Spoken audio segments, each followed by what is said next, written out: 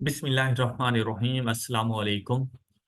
Lecture number 2 FAR 1 chapter number 6 correction of errors. और आज हम लोगों ने डिस्कस करना है errors where trial balance still balance है। प्रीवियस लेक्चर में हम लोगों ने डिस्कस किए थे ऐसे एरर्स जो के हमारे ट्रायल बैलेंस के बैलेंस को अफेक्ट कर लेते थे, मतलब डेबिट क्रेडिट्स के टोटल इक्वल नहीं आते थे। उसमें हम लोगों ने 6 डिफरेंट एरर्स पढ़े थे।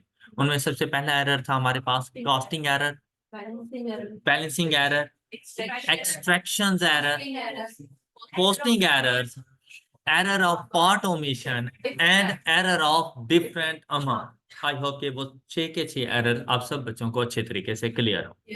अच्छा, जिस तरह से अब ये पहला लेक्चर आप लोगों को समझ आया, आपने कोशिश करनी है कि बाकी सारे लेक्चर आपको इसी तरह से अच्छे तरीके से समझ आते जाएं। हम जितना कुछ भी पढ़ें आपने उसको 100% रखना है। जो चीज हमने पढ़नी है वो जब टाइम आएगा आपको वो भी समझ आ जाएंगी। मुश्किल कुछ भी नहीं है, सिर्फ आप लोगों की थोड़ी सी अंडरस्टैंडिंग लेवल का हाई होना है और ये चीजें आप लोगों को समझ आ जाएंगी। सपोज कि आज हमारा 10वां लेक्चर हो, तो इसका ये मतलब नहीं है कि आपको 9th लेक्चर आता हो। इसका मतलब ये है कि आपको वो पहले 9th लेक्चर सारे आते हैं जितना हम लोग पढ़ चुके हैं। तो रिवीजन के लिए आपने सेशन के एंड होने का इंतजार बिल्कुल भी नहीं करना। आपकी रिवीजन साथ साथ हो। हर वीकेंड पे आप लोगों ने रिवीजन करनी है कि उस वीक हम लोगों ने कितना कुछ पढ़ा। आप डेली बेसिस पे पढ़ते रहेंगे तो रिवीजन के ऊपर आपको इतना टाइम नहीं लगने वाला। फिर आप जस्ट 5 मिनट्स उसको गो थ्रू करेंगे ना, आपको चीजें सारी की सारी रिकॉल हो जाएंगी। और जैसे ही आप इस एक्टिविटी को डेली बेसिस पे करते रहोगे, एट द एंड FAR 1 आपके लिए मसला नहीं होना। और अगर यही भी मेथड आप बाकी सब्जेक्ट्स पे भी अप्लाई कर दो, तो at the end of the session, चाहे आपके 3 सब्जेक्ट्स हैं, आपके 4 सब्जेक्ट्स हैं, जितने भी सब्जेक्ट्स हैं, आप पे बर्डन नहीं होगा। आपको इस बात का इंतजार नहीं होगा कि सिलेबस कब एंड होना है और मैंने कब जाके इसकी रिवीजन को कंप्लीट करना है। तो आपने बिल्कुल साथ साथ चीजों को लेके चलना है। और आपने अपने इस ये जो प्रेशर देती है ना आवाम आप लोगों को कि बहुत मुश्किल चीजें हैं, आपने इसको इजी कर देना है। क्लियर? अब देखें बेटा, errors where trial balance still balances, इसकी भी 6 टाइप्स है हमारे पास। ये भी 6 किस्म के ऐसे एरर्स हो सकते हैं कि एरर हो जाता है लेकिन ट्रायल बैलेंस हमें नहीं बता पाता क्या एरर हो गया है। क्यों? क्योंकि उसका बैलेंस बैलेंस ही रहता है। उनमें the first one is error of omission, next one is error of commission. अच्छा, थोड़ा थोड़ा सा स्लाइटली सा डिफरेंस है और एरर का नेम चेंज हो जाता है। आपने उस डिफरेंस को आइडेंटिफाई करना है। जैसे अभी थोड़ी देर पहले मैंने आप लोगों से कहा था posting error and extraction error. आपको यह पता हो कि पोस्टिंग क्या है और एक्सट्रैक्शन क्या है, तो उस प्रोसीजर के ऊपर, उस स्टेप के ऊपर एरर का हो जाना वो सेम नेम बन जाता है उसके लिए। कि जर्नल एंट्री से लेजर्स की तरफ आए और एरर हो गया, पोस्टिंग है। लेजर्स के क्लोजिंग से ट्रायल बैलेंस पे गए तो एक्सट्रैक्शन है। होता सेम ही है एरर, सिर्फ नेम चेंज हो जाता है। यहां पर भी बिल्कुल ऐसा ही है कि भाई मिस्टेक तो हो गई, एरर तो हो गया, लेकिन आपने ये आइडेंटिफाई करना है कि कहां पर एरर हुआ, उसके मुताबिक उसका नेम आपने रख लेना है। अब देखें, error of omission, error of commission, third one is error of principle, fourth one is compensating errors, fifth one is error of original entry and complete reversal of entries। ये हमारे पास 6 डिफरेंट एरर्स हैं। अच्छा, question को solve करने के लिए इन तमाम errors का पता होना जरूरी है कि हमें पता हो कि कौन सा एरर हुआ, हम जाके उसको रेक्टिफाई कर लें। अच्छा, रेक्टिफिकेशन के टाइम पे एरर का नेम ना भी आता हो, रेक्टिफिकेशन हो जाती है, वो कोई प्रॉब्लम वाली बात नहीं है। लेकिन प्रॉब्लम उस टाइम पे बनेगी जब वो आपसे ये पूछेगा कि आप इन एरर्स को रेक्टिफाई करो और आइडेंटिफाई कर, और आपको उस टाइम पे नाम ना आता हुआ, तो आपके 1 मार्क्स डिडक्ट हो जाने हैं। वो प्रॉब्लम क्रिएट कर देगा। तो इस वजह से आपके लिए ना सिर्फ रेक्टिफिकेशन जरूरी है, ये भी जरूरी है कि इसकी आइडेंटिफिकेशन क्या है, इनके नेम क्या है, ये कौन से एरर्स हैं हमारे पास। ये एमसीक्यूज देखिए, आपके वो 10 मार्क्स के एमसीक्यू भाई वो होते हैं ऐसे नंबर्स जिन्होंने आपको FAR 1 का पेपर पास करवाना है। उनको रखने हैं आपने ग्रेस मार्क्स के तौर पर, और उनकी प्रेपरेशन डेली बेसिस पे होगी। कहने को सिर्फ 10 हैं, लेकिन एक एक चैप्टर से भी एक हो तो 10 चैप्टर्स हैं।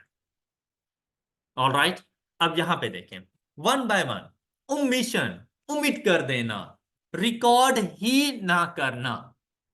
देखो, इससे पहले आपने पढ़ा था पार्ट ओमिशन, मतलब आप एक इंपैक्ट को शो करते हो, दूसरे को इग्नोर कर देते हो, तो डेबिट क्रेडिट के टोटल डिस्टर्ब हो जाते थे। लेकिन अब आपने ना डेबिट इंपैक्ट लिखा ना ही क्रेडिट इंपैक्ट, आपने जर्नल एंट्री रिकॉर्ड ही नहीं की, आपने ओमिट कर दी टोटली, तो एरर ऑफ ओमिशन बन जाएगा। ये बिल्कुल ऐसा ही है कि भाई आप अपनी शॉप पे बैठे हुए थे, किसी काम के लिए आप अपने घर गए और सेल्समैन को बिठा कर गए कि आप संभालो, मैं 10 मिनट में आता हूँ। जब आप 10 मिनट में वापसी आए तो आपने सेल्समैन से पूछा क्या किसी किस्म की कोई सेल्स हुई, कोई कस्टमर आया? उसने कहा नहीं, जबकि इन रियलिटी उसने 500 रुपए की सेल्स की थी, कस्टमर आया था, उसने क्या किया, ना तो उसने आपको सेल्स डिस्क्लोज की, ना उसने आपको पैसे बताए, उसने गुड्स ट्रांसफर की, सेल्स की, पैसे अपनी पॉकेट में। अब देखो, आपका ना सेल्स का बैलेंस इंक्रीज हुआ, ना कैश का बैलेंस इंक्रीज हुआ, उसने कुछ बताया ही नहीं, उसने ओमिट कर दिया, फ्रॉड हो गया। अब आपकी अकाउंटिंग में किसी किस्म का कोई मिस्टेक नहीं होने वाली, आपने रिकॉर्ड ही नहीं की चीज। तो यहां पर भी बिल्कुल ऐसा ही है। अब देखो, नाम से जाहिर हो गया कि एक ट्रांजैक्शन टोटली ओमिट कर दो, स्किप कर दो, रिकॉर्ड ही ना करो, एरर ऑफ ओमिशन बन जाएगा। कहते हैं entry missed from the accounting records completely, मतलब पार्ट ओमिशन नहीं है, डेबिट क्रेडिट कुछ भी नहीं लिखा आप लोगों ने। ये देखें, कहते journal entry that should have, अच्छा, रेक्टिफाई करने के लिए ना हम लोगों ने गुजरना होता है 3 स्टेप से। कि सबसे पहले आप ये देखो कि ओरिजिनल एंट्री होनी क्या चाहिए, मतलब आपको जब वो ट्रांजैक्शन बताए ना, आपने ये नहीं देखना कि एरर कहां हुआ है, कैसे हुआ है, क्यों हुआ है। आपने ये देखना है कि ट्रांजैक्शन क्या हुई है और इसकी ओरिजिनल एंट्री बननी क्या है, that should have been made. फिर आपने ये देखना है हमने क्या एंट्री रिकॉर्ड की, वो जो गलत एंट्री हमने रिकॉर्ड की, हमने क्या एंट्री रिकॉर्ड की, फिर जो होनी चाहिए और जो हमने रिकॉर्ड की, उनको कंपेयर करना है और रेक्टिफाइंग एंट्री बनाना। अब उसने आपसे कहा कि जो एंट्री होनी चाहिए थी वो purchases to A B C and company, ये हमारा पेएबल है, मतलब परचेजेज टू पेएबल रिकॉर्ड करना चाहिए था, हमने रिकॉर्ड नहीं किया। तो अब क्या करेंगे उसको ठीक करने के लिए, जाकर रिकॉर्ड कर दोगे, बस इतनी सी बात है।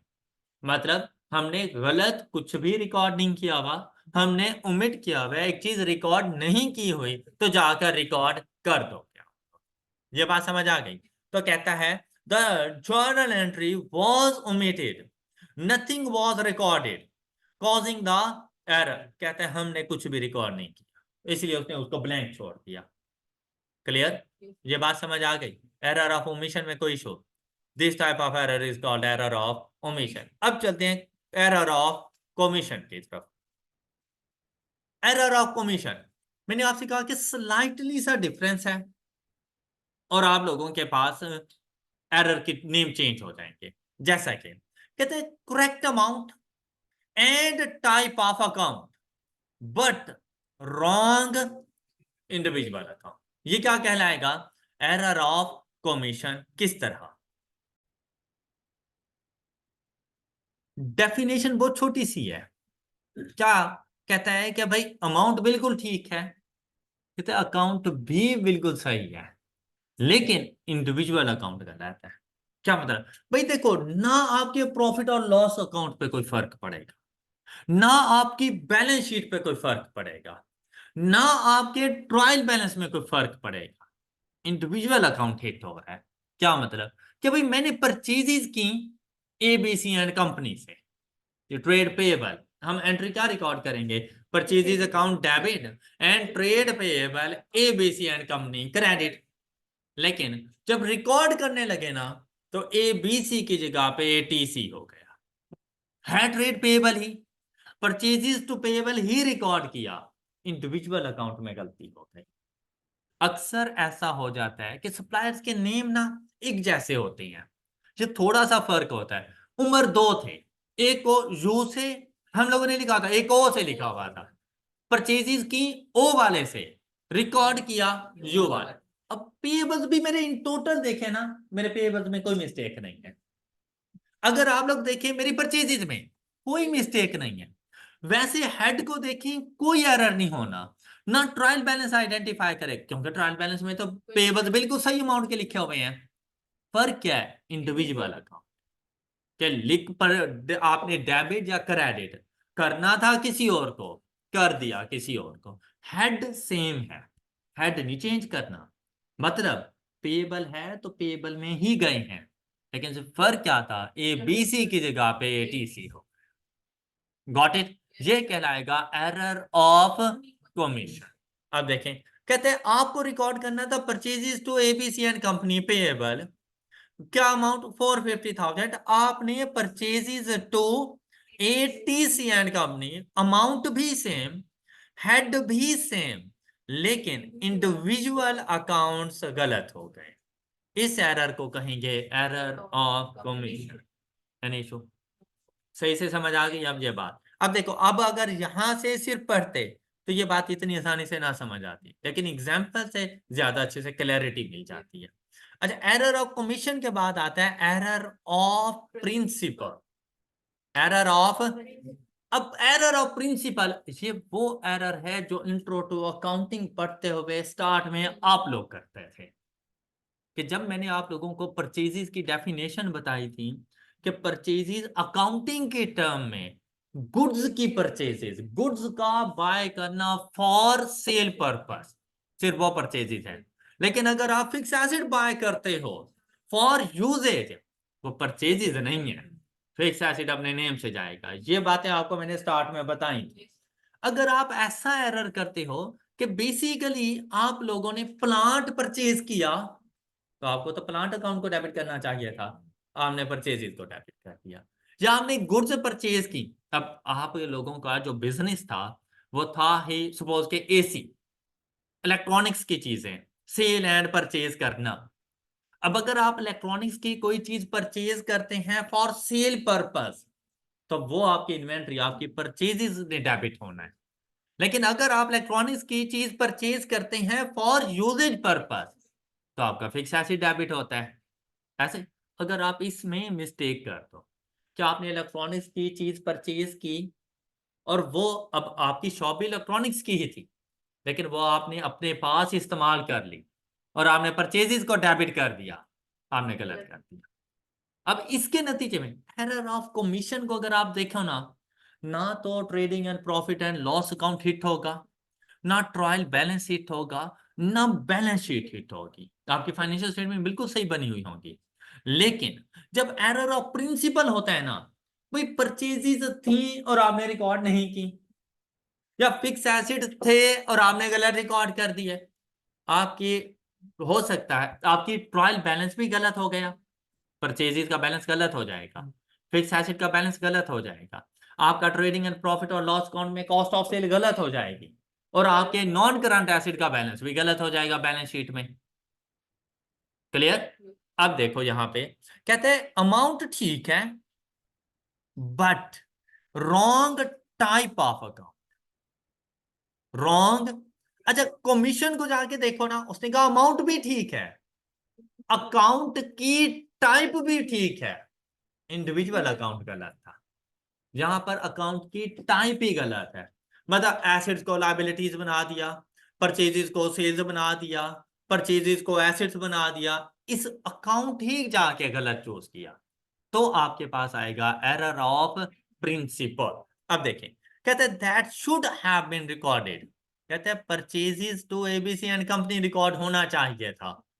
हमने क्या रिकॉर्ड किया, plant and machinery to ABC and company. अच्छा, नीचे वाली को ऊपर लिख दो, ऊपर वाली को नीचे लिख दो। मतलब हुआ आया हमारे पास प्लांट एंड मशीनरी, हमने परचेज ही रिकॉर्ड कर दिया, तब भी एरर ऑफ प्रिंसिपल ही है। कोई इशू? बात समझ आ गई? Omission commission and principle. अब देखिए कमीशन तो वैसे ही साइड पे कर दो ना, क्या कमीशन और प्रिंसिपल को अलग अलग आइडेंटिफाई कर लोगे? गुड। नेक्स्ट देखें, कंपनसेटिंग एरर्स, मतलब गलती पर गलती की, negative into negative is equal to positive, लेकिन उसका इंपैक्ट आगे शो नहीं हुआ। कि एक गलती ने दूसरी गलती के इफेक्ट को खत्म कर दिया। बेसिकली दो गलतियां थी, लेकिन दोनों गलतियां कुछ इस अंदाज से हुई कि डेबिट क्रेडिट इक्वल हो गए, डेबिट क्रेडिट पे फर्क नहीं आया। उन एरर्स को कहा जाता है कि इन दोनों ने मिलकर एक दूसरे के असर को खत्म कर दिया, एक दूसरे को कंपनसेट कर दिया। ऑलराइट, अब देखो किस तरह रूल ये होता है कि जर्नल एंट्रीज हैं तो जर्नल एंट्रीज के डेबिट और क्रेडिट्स का टोटल इक्वल हो। ट्रायल बैलेंस है तो ट्रायल बैलेंस के डेबिट और क्रेडिट्स का टोटल इक्वल।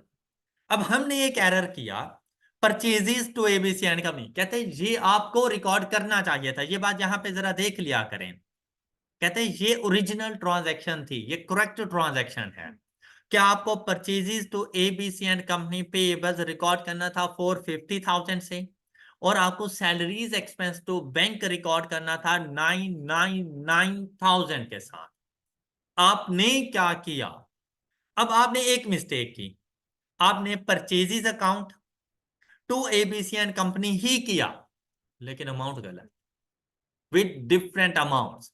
ये देखो 450, आपने 540 लिखा। अच्छा दूसरा 450 ही है, दूसरा 450 ही आपके पास आया। नेक्स्ट देखो, सैलरीज एक्सपेंस टू बैंक, आपने सैलरीज एक्सपेंस टू बैंक ही किया, 999,000 से करना था, लेकिन आपने 909,000 से कर दिया। अच्छा डेबिट इंपैक्ट आपने गलत किया, क्रेडिट इंपैक्ट आपके बिल्कुल सही है। अब क्रेडिट का यहां पर टोटल देखें और यहां पर टोटल इक्वल है, यहां पर डेबिट का टोटल देखें, यहां पर भी डेबिट का टोटल करें, मिस्टेक्स के बावजूद टोटल इक्वल है। क्या हुआ कि आप लोगों ने अपनी परचेजेस को ओवरस्टेट किया बाय ₹90,000, तो आप लोगों ने अपनी सैलरीज को अंडरस्टेट कर दिया बाय ₹90,000 सेम अमाउंट के साथ, तो ये कहलाएंगे कंपनसेटिंग एरर्स। ठीक कैसे करेंगे वो बात की स्टोरी से, अभी आइडेंटिफाई करेंगे हम लोग। तो क्या कंपनसेटिंग एरर समझ आ गए? दो डिफरेंट एरर्स मिलकर एक दूसरे के इंपैक्ट को खत्म करते हैं, तो वो कंपनसेटिंग एरर्स बन जाए, राइट। अच्छा अब देखें यहां पर क्या लिखा इन्होंने, कहते हैं टू और मोर एरर्स में बैलेंस ईच अदर। तो आपके पास कंपनसेटिंग एरर, ये एग्जांपल हो गई। And the next one is error of original entry, error of, इससे पहले वाले चारों क्लियर? ओरिजिनल एंट्री क्या, कि भाई अकाउंट सेम है, सही है, इंडिविजुअल अकाउंट्स भी बिल्कुल ठीक है, अमाउंट गलत है। अब देखो यहां पे कहते हैं करेक्ट अकाउंट, डेबिट क्रेडिट जिसको करना था आपने उसको ही किया, लेकिन रॉन्ग अमाउंट्स, और वो रॉन्ग अमाउंट भी दोनों साइड्स पर। डेबिट, भाई तो ये गलत करोगे तो वो फर्स्ट टाइप के एरर्स बनेंगे जो हम लोग प्रीवियस लेक्चर में डिस्कस कर चुके हैं। यहां पर क्या है कि अगर आपने डेबिट जिस अमाउंट से गलत किया, क्रेडिट भी उसी अमाउंट से गलत करो, मतलब जिस अमाउंट से डेबिट कर रहे हो क्रेडिट भी उसी अमाउंट से करो। कहते हैं on both sides of an entry, किस तरह? आपने purchases to ABC and company record करना था 450,000 से, आपने purchases to ABC and company ही रिकॉर्ड किया, अब देखो अकाउंट ठीक है। लेकिन अगर अमाउंट्स की बात करें यहां पर 450 को 540 कर दिया, और वो भी किसी एक में नहीं किया, दोनों में किया, तो ये original entry, error of original entry. Clear? And the last one is error of complete reversal. क्या नाम से जाहिर है कि जैसे स्टार्ट में आप लोगों को भी ये इश्यूज आए थे कि आपको नहीं पता चलता था कि डेबिट नेचर परचेजेस होती हैं और क्रेडिट नेचर सेल्स होती हैं, आपको नहीं आइडिया होता था। आप लोग क्या करते थे, आप कहते थे पेबल्स टू परचेजेस, जबकि वो परचेजेस टू पेएबल बनता है। आप लोग क्या कहते थे, सेल्स टू रिसीवेबल, जबकि वो रिसीवेबल टू सेल्स बनता था। तो अगर आप डेबिट को क्रेडिट, क्रेडिट को डेबिट कर दो लेकिन अमाउंट सेम, तो इसे कहा जाता है कंप्लीट रिवर्सल। ऑलराइट, ये देखें, कहते हैं correct accounts and amounts but sides debit and credit reverse is known as complete reversal of entry। purchases to payables लिखना था, payables to purchases हमने रिकॉर्ड किया। एरर्स में किसी किस्म का कोई इशू? अच्छा, अब आप लोग ऐसा करें कि एक लम्हे के लिए सिर्फ इसको एक मरतबा देख लें कि हम लोगों ने एरर्स पढ़े कौन कौन से हैं और उनमें डिफरेंस क्या क्या है। 2 मिनट है आपके पास, आप लोग थोड़ा इनको रिवाइज कर लें कि हम लोगों ने अब तक क्या पढ़ लिया, और प्रीवियस लेक्चर के एरर्स भी आपने देखनी है, और अपने पास इन तमाम नेम्स को जरा याद कर लें कि क्या कुछ पढ़ा है हम लोगों ने। अब हमारा स्टेप, कि हम लोगों ने एरर्स को करेक्ट कैसे करना है। जितने भी हम लोगों ने एरर्स पढ़े, इन तमाम एरर्स को करेक्ट कैसे किया जाएगा। बड़ा हैवी सा, बेहतरीन सा, मजे का क्वेश्चन आता है। डिफरेंट सी एडजस्टमेंट्स होती हैं, 5 7 8 10 आई कैप पे डिपेंड करता है कितनी एडजस्टमेंट्स उठा के देगा। उन तमाम एडजस्टमेंट को वो आपको एरर्स बता देगा कि भाई ये एरर हुआ, ये हुआ, ये हुआ, और मुझे बताओ ये करेक्ट करके दो, कैसे करेक्ट होगा। सबसे पहली चीज जो आप लोगों ने आइडेंटिफाई करनी है, उससे ये पूछना है कि क्या ट्रायल बैलेंस मैच कर रहा है या नहीं कर। अगर वो खामोश है, नहीं बता रहा, तो आपने सिंपली एरर्स के ऊपर चले जाना है कि एरर्स क्या हो रही हैं, उन एरर्स को ठीक करना शुरू कर देंगे।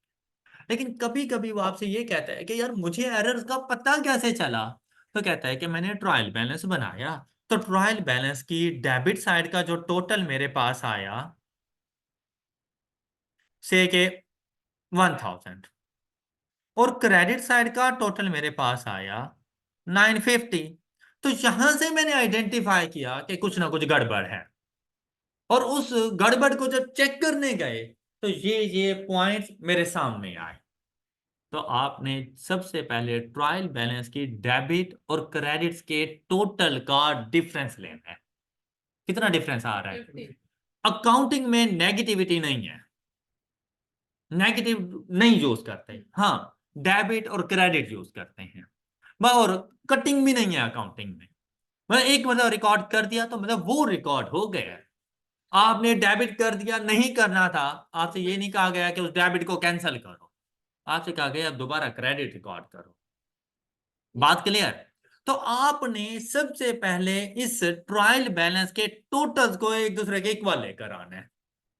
अब इक्वल लाने के लिए अगर आप डेबिट को 950 करो, तो लाजिम बात है इसमें से 50 माइनस करना पड़ेगा, और नेगेटिविटी है नहीं। तो आप क्या करोगे, जो स्मॉलर साइड हो उसको लार्जर साइड के टोटल के इक्वल करोगे। ये बात समझ आ गई? तो मतलब अब आप, अच्छा ये नहीं है कि हमेशा क्रेडिट साइड पे ही आएगी बैलेंसिंग वैल्यू, किसी भी साइड पर, मतलब स्मॉलर साइड पर जाना है। तो यहां पर देखो, अगर मैं क्रेडिट साइड पर 50 ऐड कर लूं तो कितना हो जाएगा? क्या डेबिट साइड के टोटल के इक्वल हो गया? और अगर सपोज ये सिचुएशन होती रिवर्स, कि क्रेडिट साइड का टोटल होता 1000, डेबिट साइड का टोटल होता, तो मैं डेबिट साइड पे और टोटल आ जाता। तो ये डिपेंड करता है सिचुएशन के ऊपर। जो स्मॉलर साइड हो उसमें ऐड करो और ग्रेटर साइड के इक्वल कर दो, हो जाएगा। और ये जो भी बैलेंस आए आपके पास, बैलेंसिंग अमाउंट, आपने अपने पास एक अकाउंट क्रिएट करना है जिसे कहा जाता है सस्पेंस अकाउंट। आपने अपनी अकाउंटिंग को सस्पेंस पे डाल देना है। ओके, सस्पेंस अकाउंट की भाई अपनी कोई नेचर नहीं है। मतलब अगर हम कहें ना एसिड्स, एसिड्स की डेबिट नेचर है, लायबिलिटीज क्रेडिट नेचर, लेकिन सस्पेंस अकाउंट में इसकी कोई नेचर नहीं है। ये सिंपली आपकी हेल्प करने के लिए आएगा। ये उस टाइम पर ऐसे समझ लें जैसे जिस तरह किसी मुश्किल वक्त में अल्लाह ताला की तरफ से कोई फरिश्ता आए और आपकी हेल्प करके चला जाए। अकाउंटिंग में ये बिल्कुल ऐसा ही है कि आपके एरर्स को ठीक करने के लिए आता है, एरर्स ठीक करवा के ये वापसी गायब हो जाता है, इसका काम खत्म हो जाता है। क्लियर? और इसकी नेचर डिपेंड करती है कि कौन सी साइड पे शॉर्टफॉल था। अब अगर आपने बैलेंसिंग अमाउंट लिखी क्रेडिट साइड पर, तो ये शॉर्टफॉल आपको मिलेगा। सस्पेंस अकाउंट जो आप बनाएंगे, सपोज ये आपके पास सस्पेंस अकाउंट है, तो आप इसका 50 यहां पर लिखेंगे, बैलेंस क्रेडिट साइड पे लिखेंगे। और अगर ये डेबिट साइड पर आ जाए, तो आपने सस्पेंस अकाउंट की डेबिट साइड पे ये बैलेंस रिकॉर्ड कर दिया।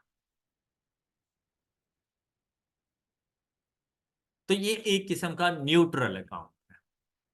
ये बात यहां तक समझ आ गई है, और आपको ये भी पता चल गया है कि इसके बैलेंस को कौन सी साइड पे लिखा जाएगा।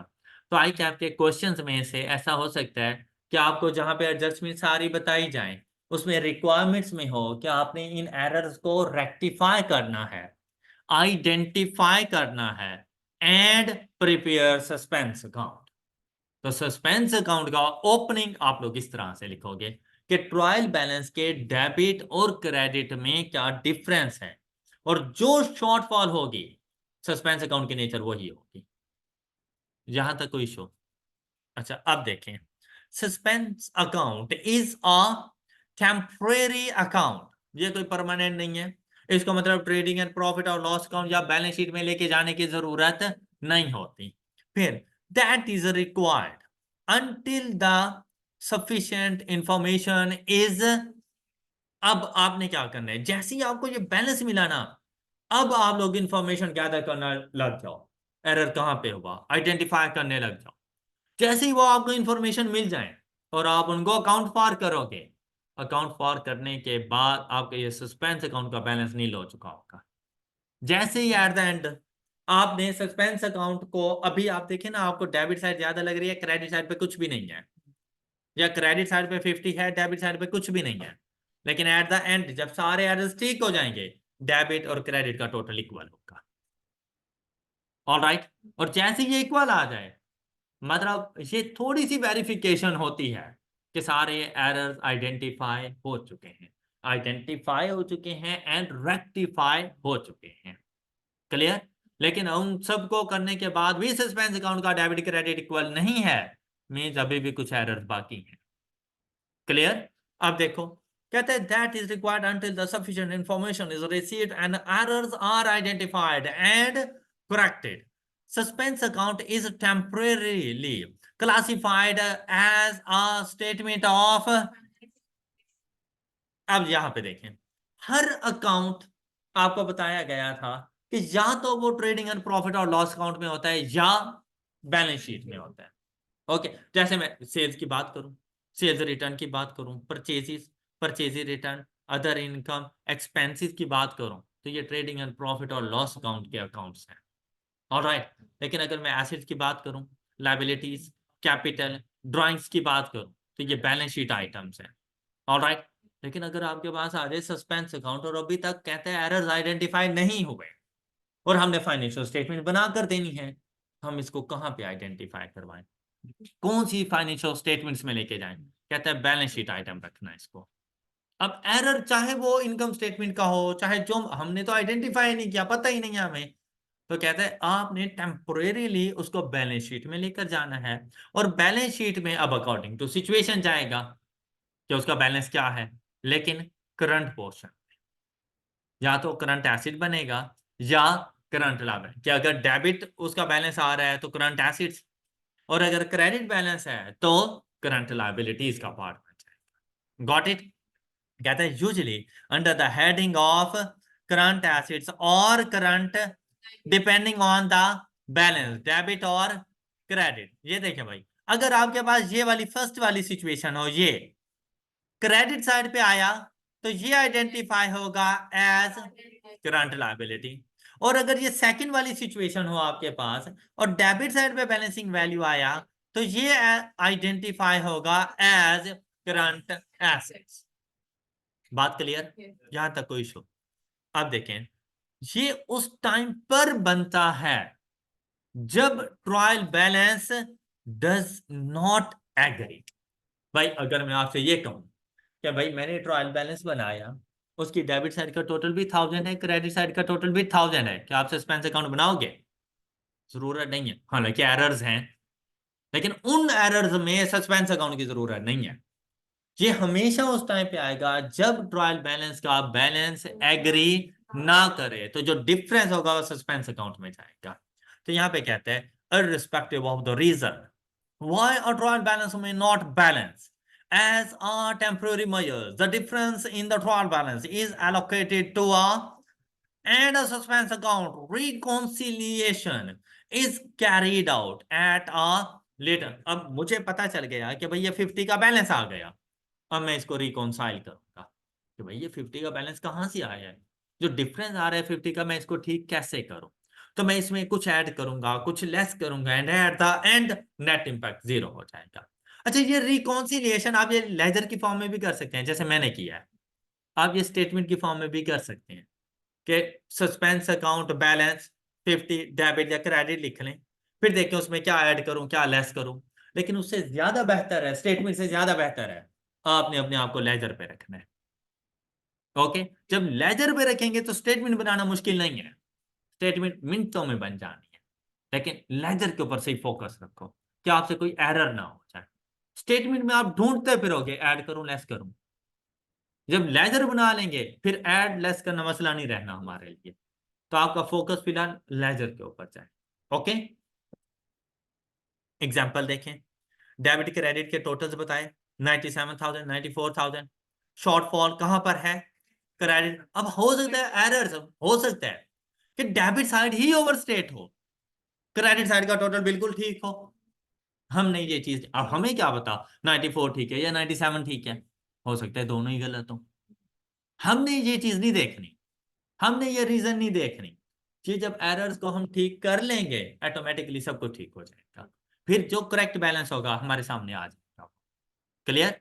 फर्स्ट स्टेप क्या है कि आपने इन दोनों को इक्वल करने के लिए जो भी शॉर्ट साइड हो आपने उसमें ऐड किया और उसको हायर साइड के इक्वल कर दिया, और ये 3000 सस्पेंस अकाउंट की क्रेडिट साइड पे रिकॉर्ड हो जाएगा। Clear? This was a suspense account has been created to tally the trial balance temporarily until the errors is identified and corrected। यहां तक की बातें सारी क्लियर होंगी। अब आ जाएं, यहां पर बेटा छोटी छोटी सिचुएशंस बता रहा है और वो ठीक करवा रहा है।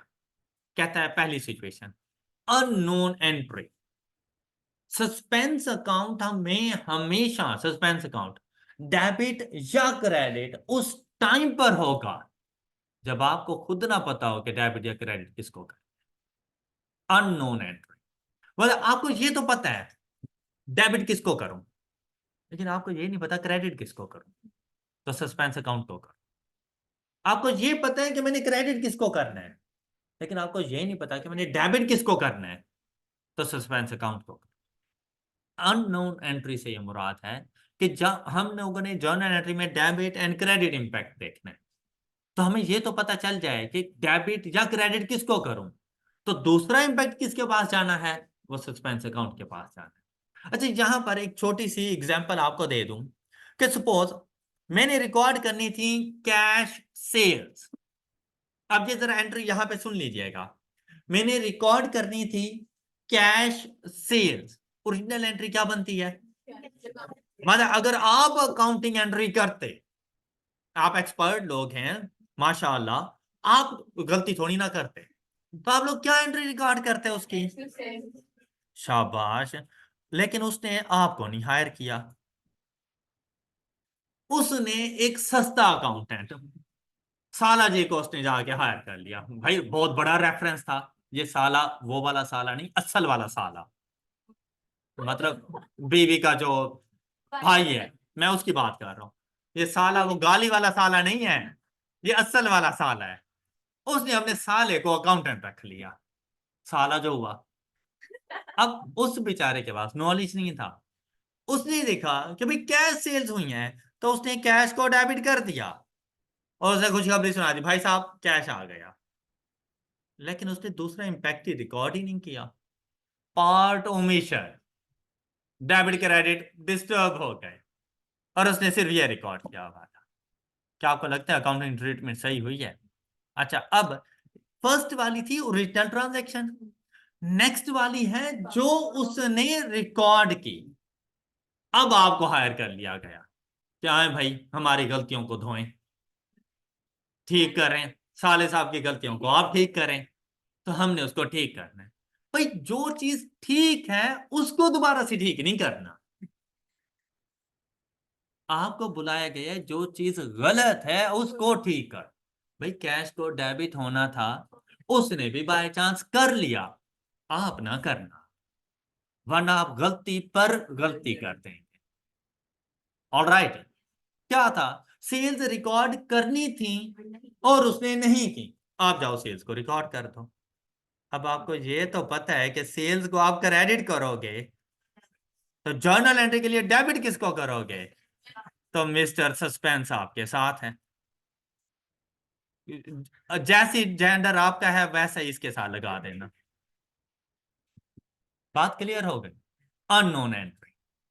अब देखें यहां पर, in some instance a suspense account will be opened deliberately by the bookkeeper if the bookkeeper is uncertain of where to post one side of the double entry. This is later transferred to proper account where relevant information is। मतलब अब उसे ये पता था कि यार मैंने cash ले लिया, उसे ये नहीं पता था कि कैश मैंने लिया क्यों है,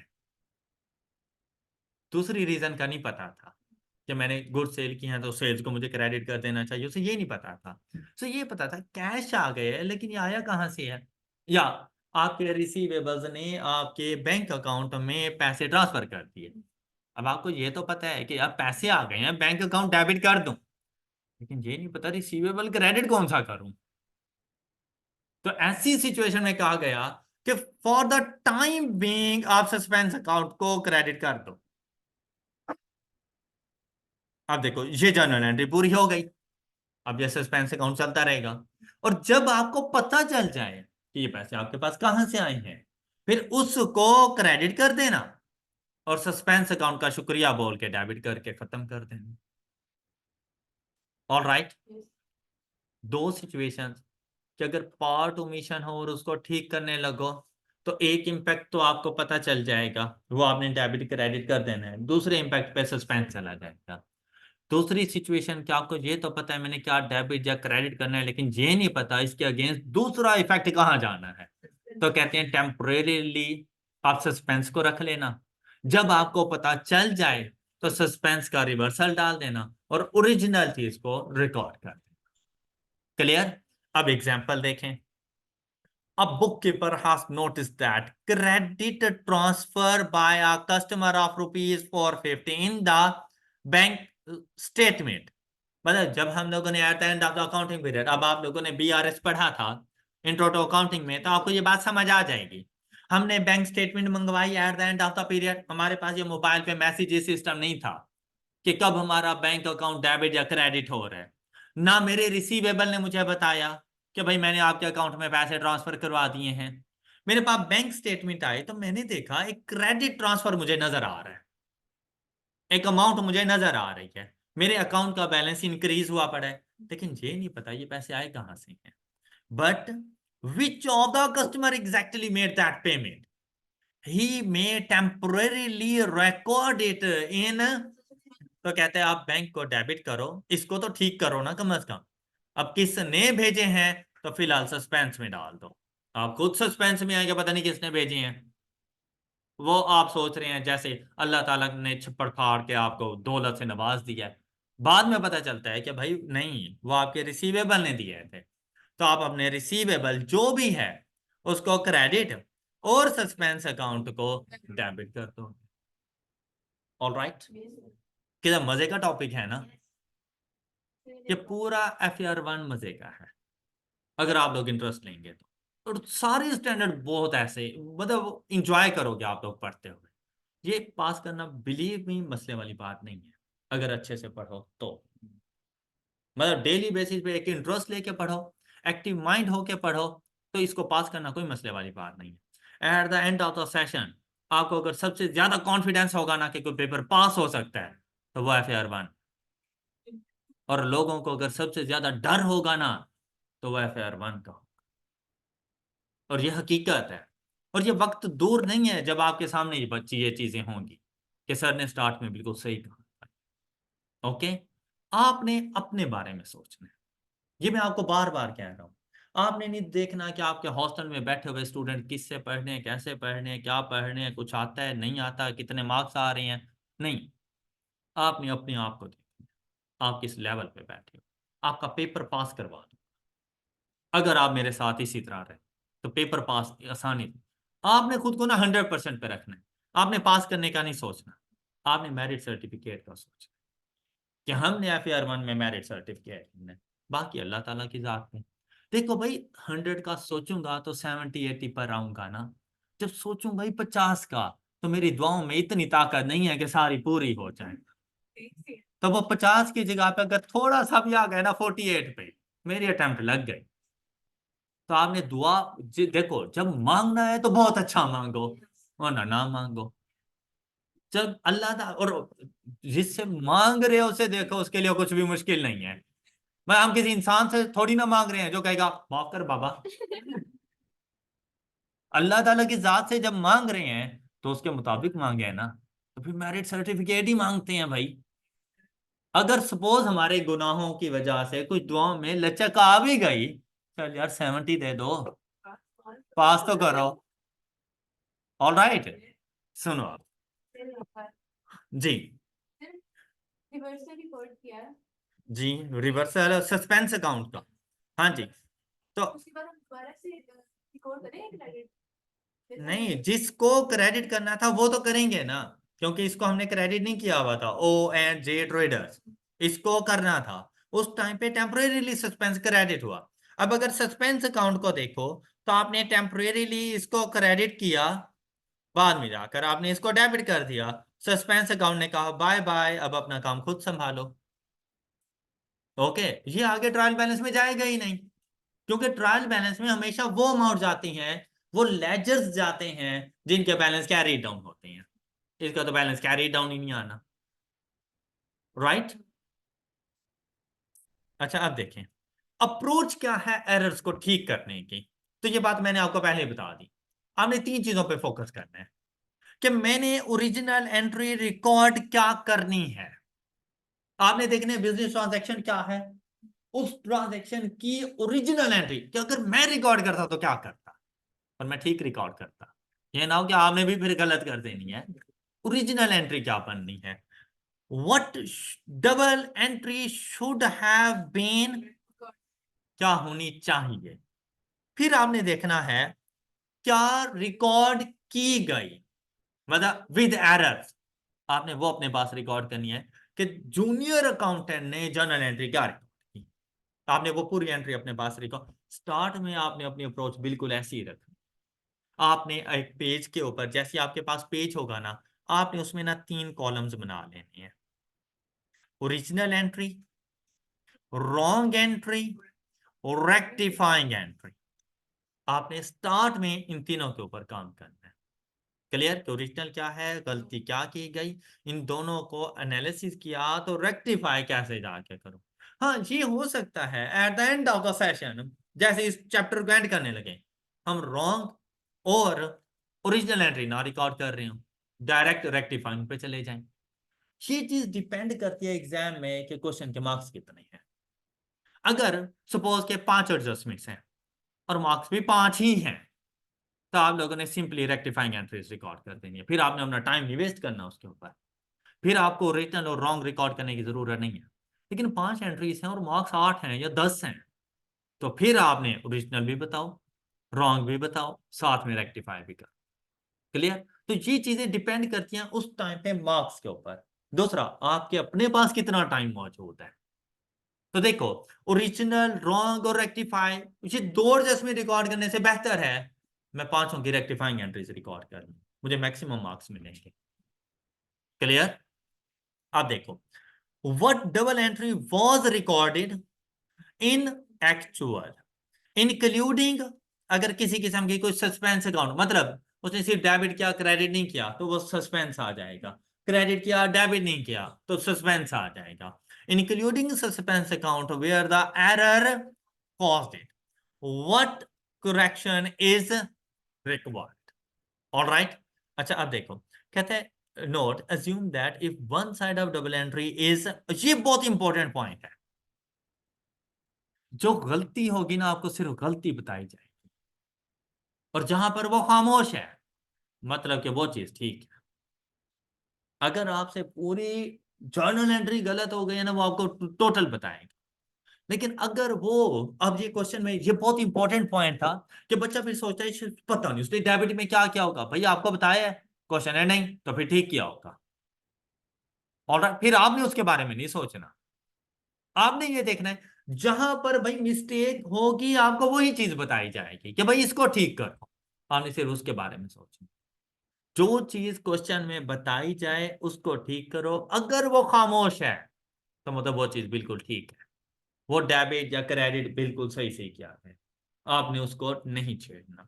तो कहता है assume that one side of double entry is, आपको ये तो बता दिया गया कि हमारी कैश सेल्स हुई और हम लोगों ने अपनी सेल्स को 50 रुपीज से ओवरस्टेट कर दिया। अब क्या कैश के बारे में उसने कुछ बताया? कैश बिल्कुल ठीक है, कैश में कोई एरर नहीं किया, सिर्फ सेल्स को जाके ठीक कर, right? And it has been correctly recorded. The correction procedure was required to reverse what, अच्छा अब करेक्ट करना कैसे है, इसने आपसे कहा है कि भाई जो गलत हुआ है ना, जो रॉन्ग एंट्री आपने रिकॉर्ड की उसका रिवर्सल रिकॉर्ड कर देना, और जो ओरिजिनल एंट्री है उसको आके दोबारा लिख देना, करेक्शन हो गई है। ये बेस्ट अप्रोच है कि जो जो गलत रिकॉर्ड हो चुका है उसका रिवर्सल रिकॉर्ड कर दो, और जो ठीक रिकॉर्ड करना है उसको दोबारा से रिकॉर्ड करो। लेकिन हम ना इसको समराइज कर लेंगे जरा, हम लोग मतलब कंप्लीट उसका रिवर्सल नहीं लेकर जाएंगे, हम उसमें से देखेंगे क्या चीज कितनी हद तक ठीक है, जितनी गलत होगी सिर्फ वो चीज आके ठीक कर। ओके, कहते हैं to reverse what had been recorded and to record what had been omitted. All right, अब एक एग्जांपल हमारे पास आ गई, देखें। कहते हैं what shall be the correcting entry, किस तरह, अब आप लोगों ने भाई यहाँ पे जब रीडिंग कर रहे हो ना तो ऐसे रीडिंग करो कि पता चले कुछ पढ़ा है, मतलब ऐसा ना हो share return of rupees and पे पता नहीं मैंने पढ़ा क्या है। तो टाइम नहीं वेस्ट करना भाई, सोच समझ के पढ़ना है कि भाई आप पढ़ते ही आपको पता चलता जाए कि हो क्या रहा है। कहते हैं sales return of ₹800 were recorded correctly in the, अच्छा वैसे सेल्स रिटर्न की ओरिजिनल एंट्री क्या होती है? Sales return account debit and receivables account. अच्छा उसने क्या कहा, करेक्टली रिकॉर्डेड इन द, मतलब मैंने उसको क्रेडिट बिल्कुल ठीक किया, 800 से ही किया। तो मसला कहाँ पे हुआ? कहते हैं but have been recorded incorrectly as in the, मैंने रिकॉर्ड करना था सेल्स रिटर्न डेबिट, मैंने क्या किया, मैंने उसको परचेजेस के तौर पे परचेजेस रिटर्न रिकॉर्ड कर, अक्सर ये मिस्टेक हो जाती है कि रिटर्न आता है ना तो वो सेल रिटर्न परचेज रिटर्न नहीं लिखता, वो कह देता है return to us, return by us, return inward, return outward. वहां पे बच्चा बोल जाता है कि यार ये सेल्स रिटर्न थी या परचेज रिटर्न थी। वो कहता है अब देखो, उसने ऐसा नहीं है कि पूरी ट्रांजैक्शन सेल्स रिटर्न थी और उसने परचेज रिटर्न रिकॉर्ड कर दी, ऐसा नहीं है। उसने कहा है सेल्स रिटर्न थी, रिसीवेबल्स का इंपैक्ट बिल्कुल ठीक है, हाँ सेल्स रिटर्न के अकाउंट को डेबिट करना था, हम लोगों ने परचेज रिटर्न के अकाउंट को क्रेडिट, होती भी क्रेडिट नेचर है वो, ये बात अब ठीक करना है। अब परचेज रिटर्न क्रेडिट कर दी, क्या करनी चाहिए थी, उससे सॉरी बोलो। मतलब डेबिट करो उसको, उसे कहो भाई हमसे गलती हो गई, हमें माफ कर दो, बाय मिस्टेक तुम क्रेडिट हो गई थी, परचेज रिटर्न को डेबिट कर दो। ओके हो गया। और सेल्स रिटर्न रिकॉर्ड करनी थी, हमने नहीं की, ले आओ उसे, सेल्स रिटर्न को रिकॉर्ड कर दो। अब आप जब ठीक करने लगे हैं ना, आपने सेल्स रिटर्न भी डेबिट की, आपने परचेज रिटर्न भी डेबिट की, तो टोटल डेबिट कितने से कर लिया आपने? 1600 से। तो क्रेडिट तो कुछ किया ही नहीं है आपने, सस्पेंस को क्रेडिट कर। ये बात समझ आई है? बात क्लियर है? ये देखो, ये सुनो, क्या रिकॉर्ड करना चाहिए? सेल्स रिटर्न टू कितने से? ये फर्स्ट स्टेप। सेकंड स्टेप, हमने क्या रिकॉर्ड किया? उसने कहा रिसीवेबल ठीक है, और हमने परचेजेस रिटर्न को क्रेडिट कर दिया, तो डेबिट क्या हमने कुछ किया? तो मतलब हमने सस्पेंस अकाउंट लेकर आए कितने से? तब जाके जर्नल एंट्री ठीक हुई। अब इसको ठीक करना है। अब यहां पर देखें, भाई ये बात सही है, इसको कुछ नहीं करना, और सेल्स रिटर्न को डेबिट होना था, क्या मैंने किया? तो करो इसको। रिकॉर्डिंग करनी थी, नहीं की, अब हो गई। इधर आए, परचेज रिटर्न को क्रेडिट किया, क्या होना था? तो डेबिट कर दो, और सस्पेंस अकाउंट का शुक्रिया अदा किया, और इसको वापसी की गाड़ी पे पहुंचा दिया। ये रेक्टिफाइंग एंट्री। अब बताओ, कोई मुश्किल चीज है? लेकिन सिर्फ समझदारी के साथ है, मतलब जहां भी जल्दबाजी करोगे एरर पे एरर हो जाएगा, और वो फिर बहुत मुश्किल हो जाता है। क्लियर? अब ये देखिए, कहता है sales return to receivable record करना था, आपने purchase return to receivable record किया, तो बैलेंसिंग अमाउंट आपने फिर सस्पेंस अकाउंट के तौर पे लिख देनी है। अगर आपको अननोन एंट्री डेबिट का नहीं पता चल रहा आप, तो मैंने सस्पेंस अकाउंट फिर यहाँ पे 1600 से रिकॉर्ड किया। अब हम सर्च के लिए निकल पड़े कि बेसिकली हुआ क्या है, तो पता चला कि भाई हम लोगों ने सेल्स रिटर्न रिकॉर्ड नहीं की, परचेज रिटर्न गलत रिकॉर्ड कर दी, और यहाँ से सस्पेंस अकाउंट को बाय बाय। आई होप कि आपको ये अप्रोच समझ आ गई होगी। कर लेंगे? गुड, शाबाश। अच्छा, ये जरा एग्जांपल नंबर 16 मुझे सॉल्व करके दें। शाबाश, खुद से जरा ट्राई करें एग्जांपल नंबर 16। अच्छा, बुक में सॉल्यूशन वगैरह देख के मुझे बताने की भाई कोई जरूरत नहीं है, आप लोग खुद से जरा पढ़ो और देखो कि क्या कुछ होना, और आपने तीनों एंट्रीज लिखनी है, क्या होना चाहिए, क्या किया, रेक्टिफाई कैसे करो। जल्दी करें, शाबाश। What shall be the correcting entry? In the sales day book, the column for total sales has been added up. The total should be rupees, but the total was, तो जब अंडर का उसके 1000 से, तो हमने कितना जाके उसको रिकॉर्ड किया होगा?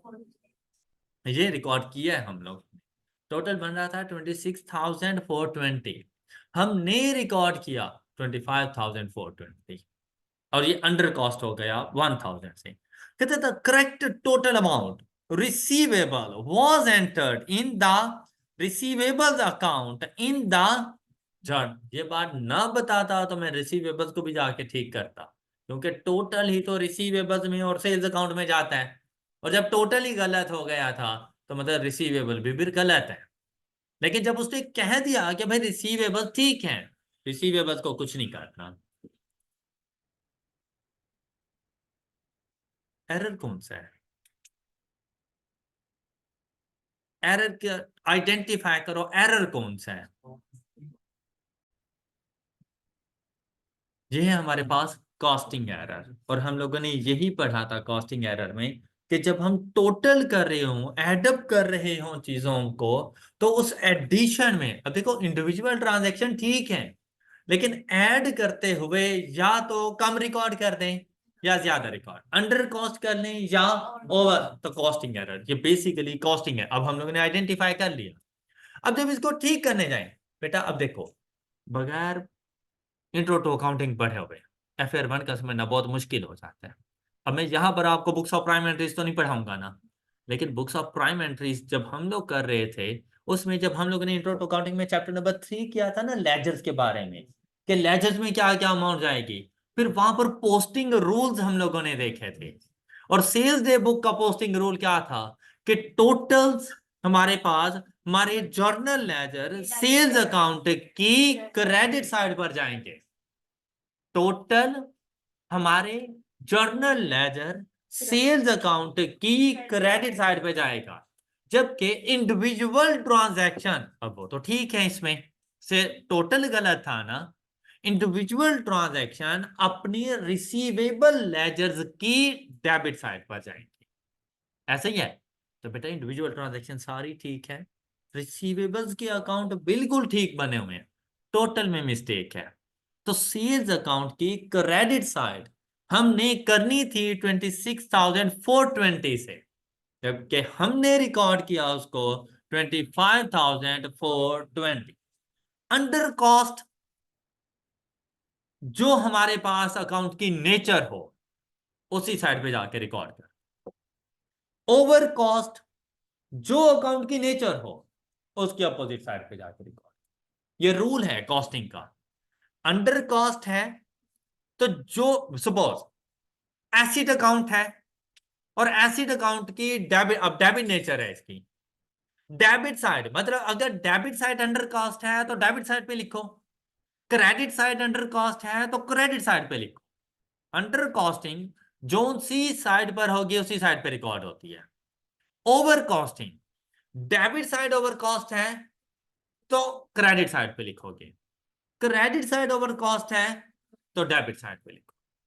अब ये अंडर कॉस्टिंग थी, कौन सी? सेल्स। सेल्स की नेचर क्या होती है? तो क्रेडिट साइड अंडर कॉस्ट है। आप कितनी अमाउंट से अंडर कॉस्ट है, तो आपने सेल्स को 1000 से क्रेडिट कर दिया। अब रिसीवेबल ठीक है, तो डेबिट किसको करें? सस्पेंस अकाउंट को करें। इतनी सी बात थी। क्लियर? अब यहां पे जरा समझें। रिसीवेबल्स टू सेल्स रिकॉर्ड करना था 26,420 से, हमने रिसीवेबल्स ठीक रिकॉर्ड किए 26,420, लेकिन सेल्स को रिकॉर्ड किया 25,420, तो 1000 का डिफरेंस आ गया, तो हमने इसको सस्पेंस अकाउंट में डाल दिया। ओके। और यहां से जब इधर आए करेक्ट करने लगे, तो सेल्स को मजीद 1000 से इंक्रीज किया, क्रेडिट किया, और सस्पेंस अकाउंट को डेबिट कर। ऑलराइट, एग्जाम्पल नंबर 17 सॉल्व करके दें।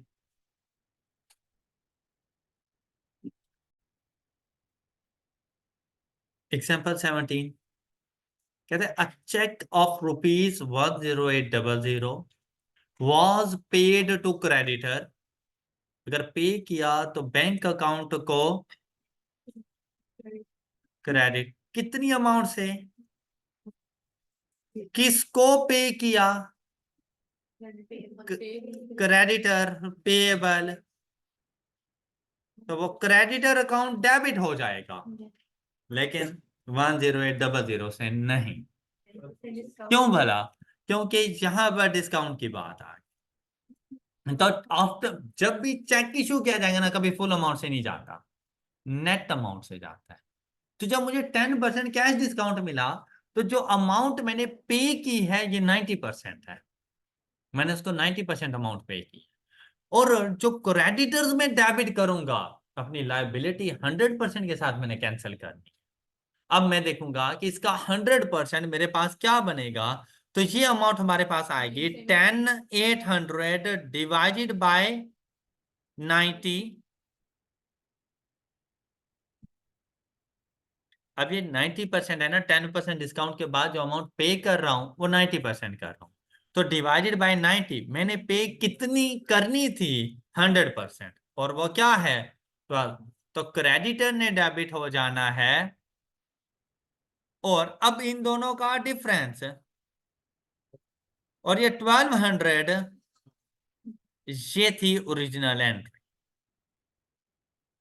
ऑलराइट, हमने क्या किया, कहता है the payment was correctly entered in the bank book, but अब देखो मतलब वो कहता है कि जो बैंक अकाउंट है ना वो हमने बिल्कुल ठीक ठीक क्रेडिट कर दिया 10800 से, फिर but was posted to as rupees only. अब उसे बताना चाहिए था कि आप परचेजेस अकाउंट की डेबिट साइड पे रिकॉर्ड किए या क्रेडिट साइड पे।